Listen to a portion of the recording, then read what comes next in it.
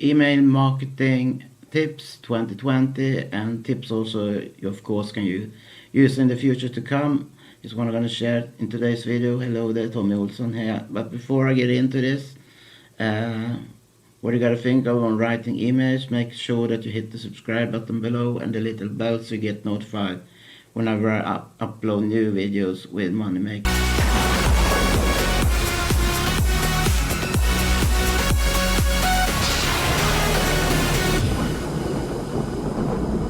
Tips. Okay, so now over to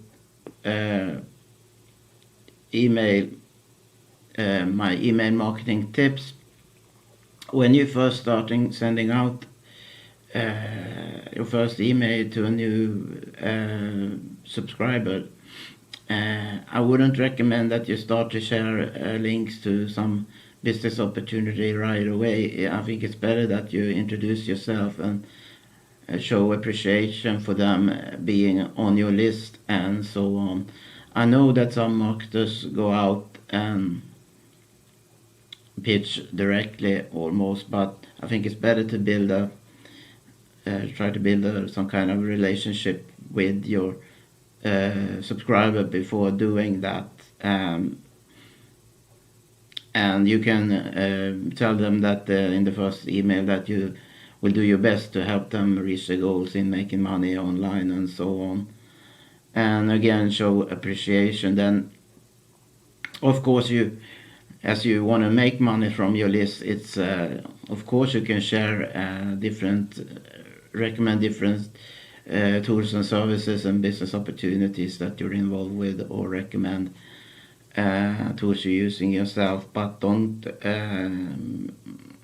pitch in each and every email. It's better to send out the so-called value-based email. It can be about your stories, can be about how you struggled, because if they are struggling, then they see that they're not alone, and that you can put yourself in their situation, in their shoes or something like that. And sometimes when you send out this value-based email, the only links you put in is maybe a link to your social profiles or your blog, so they can learn more about you and find more ways to connect with you, to show that you will be there for them. But then maybe in the second or third email you can say something about some tool you use, maybe a funnel builder software.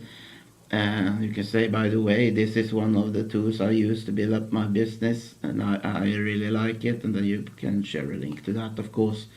But don't pitch in every email later on either.